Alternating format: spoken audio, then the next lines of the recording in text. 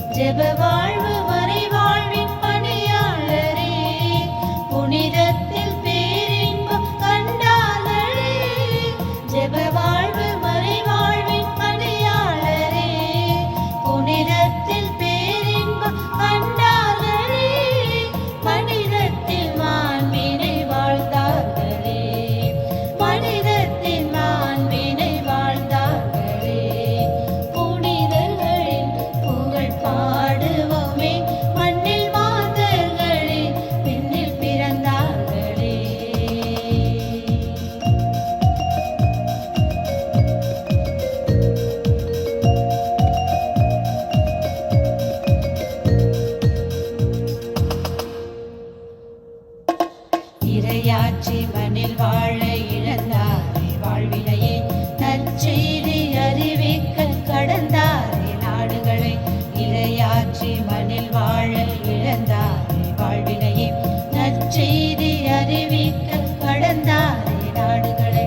வாழ்த்துங்கள் ஏழு புனிதர்களின் புகழிடம். வாழ்த்துங்கள் ஏழு புனிதர்களின் புகழிடம். விண்ணகமாட்சி இறைவன் சாட்சி நிறைவோடு வாழ்ந்தனரே. விண்ணகமாட்சி இறைவன் சாட்சி நிறைவோடு வாழ்ந்தனரே. புனிதர்களின் புகழ் பாடுவோமே மண்ணில் வாழ்ந்தவர்களே விண்ணில் பிறந்தார்களே. புனிதர்களின் புகழ் பாடுவோமே மண்ணில் வாழ்ந்தவர்களே விண்ணில் பிறந்தார்களே. இன்று நாம் நம் தாயாம் திரு அவையோடும் தாய் சபையோடும் இணைந்து நம் மரியின் ஊழியர் சபையை தோற்றுவித்த 7 தந்தையர்களை நினைத்து பார்க்கின்ற இந்த நல்ல நாளில் பொது நிலையினரான இந்த 7வரும் உண்மையான கிறிஸ்தவ வாழ்வு வாழ்ந்து துறவு அர்ப்பணத்தை மேற்கொண்டு புனிதராக வாழ்ந்து புனிதராக மரித்து பலரையும் அப்புனித பாதைக்கு அழைத்துள்ளார்கள். அன்பு சகோதரிகளே, இன்று நாம் இவர்களுக்கு விழா எடுக்கும் இந்த நல்ல நாளில் இப்புனிதர்களின் ஒவ்வொருவரின் வாழ்வையும் நாம் சற்று ஆழமாக சிந்தித்து அதை நாம் நமக்குள் உள்வாங்க முயற்சிப்போம். புனித அலெக்சிஸ், இவர் 1200 பிறந்தவர். இவர் சபையில் பயிற்சி நிலையில் இருந்த மாணவர்களின் கல்வி உதவிக்காக தெரு தெருவாக சென்று பிச்சை எடுத்து இவர்கள் படிக்க உதவினார். ஆகையால் சபையில் பயிற்சி நிலையில் உள்ள அனைத்து சகோதரர்களுக்கும் பாதுகாவலராக திகழ்கிறார். இவர் 1310 ஆண்டு பிப்ரவரி திங்கள் 27 நாள் தனது 110வது வயதில் இறந்தார். புனித அமிதேயுஸ், இவர் ஜபத்திற்கும் ஒருத்தல் முயற்சிகளுக்கும் முக்கியத்துவம் கொடுத்தார். தனது பணியின் மூலம் பல ஆன்மாக்களை அழிவிலிருந்து காப்பாற்றினார். இவரது ஆன்மாவானது நெருப்பு போன்று ஒரு அக்கினி பிளம்பு வடிவில் விண்ணகத்திற்கு எழுந்தருளி சென்றதாக வரலாறு கூறுகிறது. எனவே இவரை ஆன்மாக்களின் பாதுகாவலர் என்பது பொருத்தமாகிறது. புனித மனாத்தே, இவர் 1203 ஆண்டு பிறந்தார். மிகவும் துடிப்புள்ள ஆர்வமுள்ள ஊழியராக பணியாற்றி வந்தார். இவர் சபையின் 4வது தலைவராவார். இவரே முதலில் சபையை மற்ற நாடுகளுக்கு பரவச் செய்தவர். மறை போதக நற்செய்தி பணியே இவரின் முக்கிய பணியாக இருந்தது. புனித சொஸ்தேனுஸ் மற்றும் புனித யூஜிக்ஷியோ, இவர்கள் இருவரும் ஒரே நேரத்தில் அழைப்பு பெற்றவர்கள். இறுதி வரை ஒன்றாகவே பணியாற்றினர். அன்னை மரியின் மீது ஆழமான பக்தியும் பாசமும் கொண்டு தன் சபை தங்களுக்கென்று கொடுத்த பணியை மிக உற்சாகத்தோடும் ஆர்வத்தோடும் இறுதி வரை செய்தனர். 1282 மே திங்கள் 3 நாள் இறந்தனர்.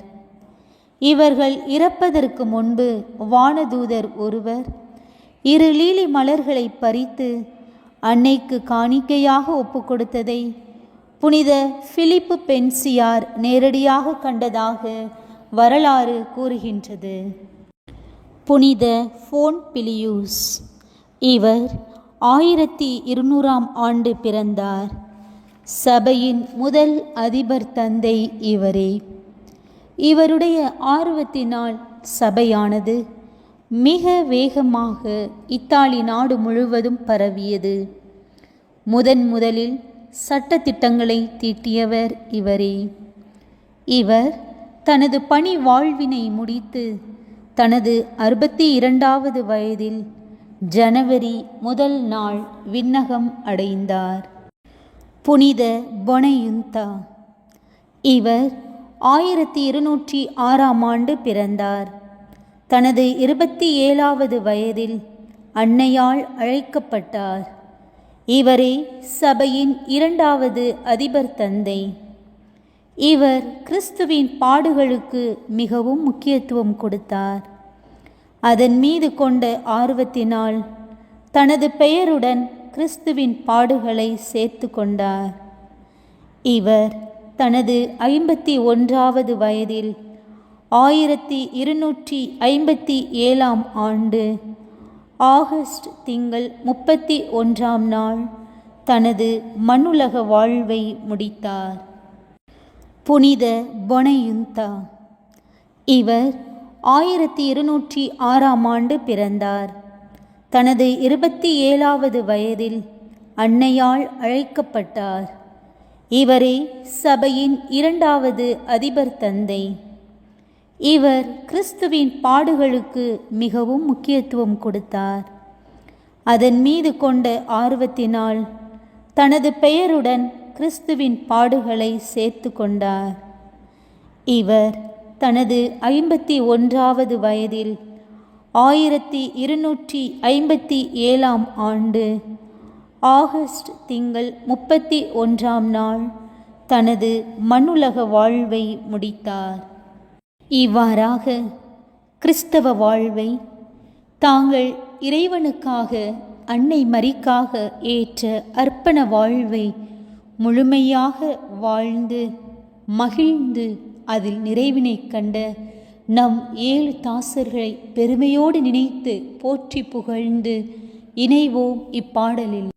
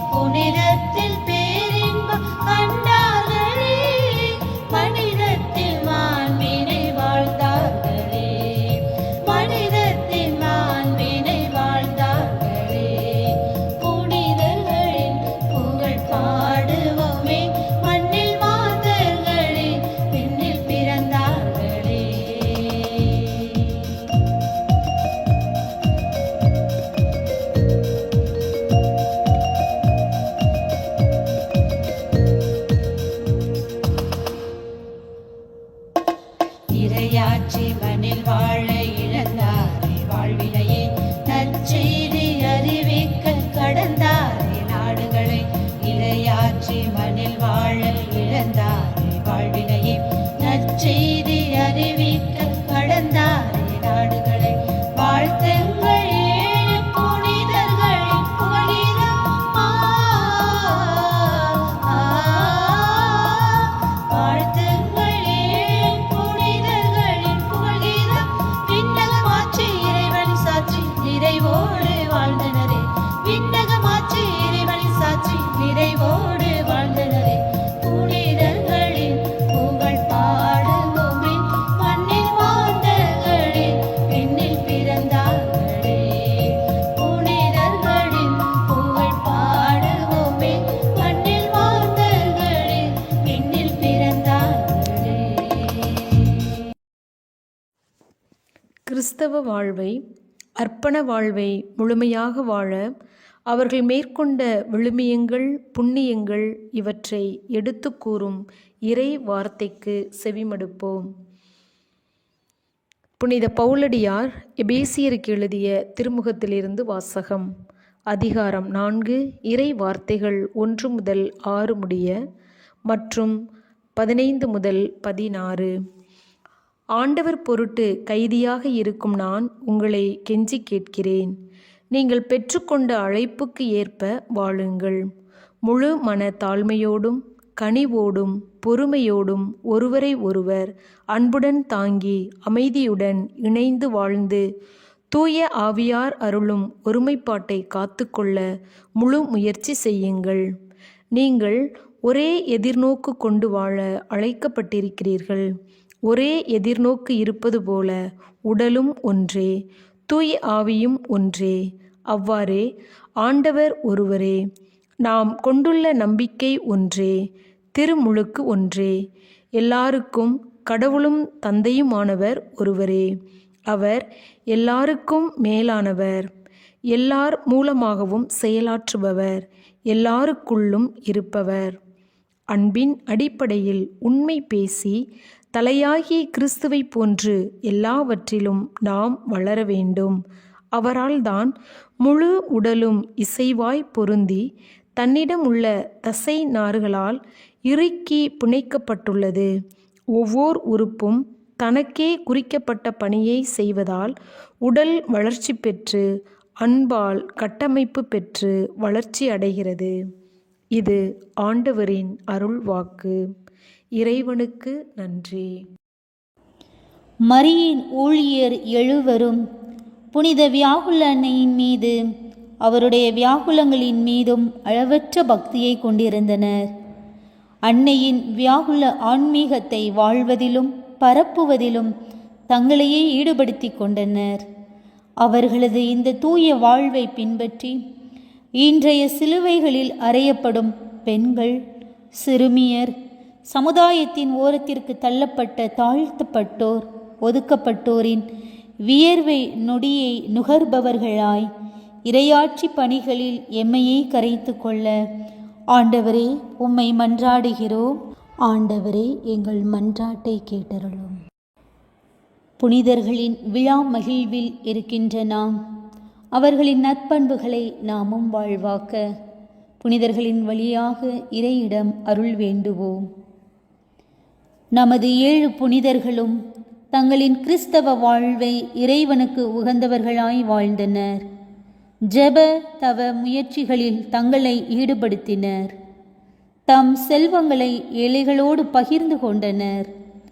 அவர்களின் விசுவாச வாழ்வும் இரக்கச் செயல்பாடுகளும் மரியின் ஊழியர் குடும்பத்தில் என்றும் தொடர்ந்து நிலைத்திட ஆண்டவரே உம்மை மன்றாடுகிறோம். ஆண்டவரே எங்கள் மன்றாட்டை கேட்டருளும். மரியின் ஊழியர் சபையை தோற்றுவித்த எழுவரும் அதிக செல்வந்தர்களாகவும் ஃப்ளாரன்ஸ் நகரிலே புகழ்பெற்ற வணிக பெருமக்களாக இருந்தபோதிலும் அதில் பற்று கொள்ளாது செல்வம், புகழ், பெருமை இவற்றின் நிலையா தன்மையை நன்கு உணர்ந்து என்றும் நிலைக்கும் விண்ணக செல்வங்களை சேர்ப்பதில் உண்மையுள்ளவர்களாக இருந்தனர். இவர்களை பின்பற்றி கடவுளுக்கு பிரமாணிக்கமாக வாழ்ந்து நற்செய்தியின் விழுமியங்களை நமது வாழ்வாக மாற்றிட அருள் தர வேண்டுமென்று ஆண்டவரே உம்மை மன்றாடுகிறோம். ஆண்டவரே எங்கள் மன்றாட்டை கேட்டருளும். அன்னையும் அரசியுமான மரியாவை போன்று இம்மையிலும் மறுமையிலும் மகிழ்வுடன் வாழ 7 புனிதர்கள் வழியாக நமக்கு அழைப்பு விடுக்கும் நம் ஆண்டவராம் இயேசு கிறிஸ்து கற்றுக் கொடுத்த ஜெபத்தை இணைந்து ஜெபிப்போம். மன்றாடுவோமாக. ஆற்றல் மிக்க இறைவா, எம் 7 புனிதர்களின் விழாவை கொண்டாடி மகிழும் நாங்கள் உம்மை வாழ்த்தி போற்றுகின்றோம். நீர் அவர்களை மிகவும் வியக்கத்தக்க முறையில் இறை அன்னையாம் கன்னிமரியின் வழியில் நடத்தி சென்றீர். சிலுவையின் அடியில் நின்ற மரியாவோடு விசுவாசத்துடன் உம் புனிதர்கள் தரும் சாட்சியத்தால் எம்மை புதிய ஆற்றல் பெற்று வளமுறச் செய்கின்றீர். சகோதர அன்பால் அவர்களை ஒன்று சேர்த்து அவர்கள் ஒற்றுமைக்கும் அமைதிக்கும் ஊழியம் செய்து அமைதி என்னும் மாலையால் ஒன்று சேர்த்தீர். அவர்களுடைய எடுத்துக்காட்டுகளை பின்பற்றி இயேசு கிறிஸ்துவின் அன்னையாம் மரியாவுடன் அவரின் சிலுவை அடியில் பற்றுறுதியுடன் நின்று அவர் தரும் மீட்பின் பலன்களை பெற்றுக்கொள்ள அருள்வீராக. எங்கள் ஆண்டவராகிய இயேசு கிறிஸ்து வழியாக உம்மை மன்றாடுகின்றோம். ஆமேன். என்றும் வாழும் உயிருள்ள இறைவன் நம்மை ஆசீர்வதித்து தீமைகள் அனைத்தினின்றும் நம்மை பாதுகாத்து நிலையான வாழ்வை நோக்கி நம்மை அழைத்துச் செல்வாராக. ஆமேன். அருள் நிறைந்த மரியே வாழ்க, ஆண்டவர் உம்முடனே, பெண்களுக்குள் ஆசீர்வதிக்கப்பட்டவர் நீரே. உம்முடைய திருவயிற்றின் கனியாகிய இயேசுவும் ஆசீர் பெற்றவரே.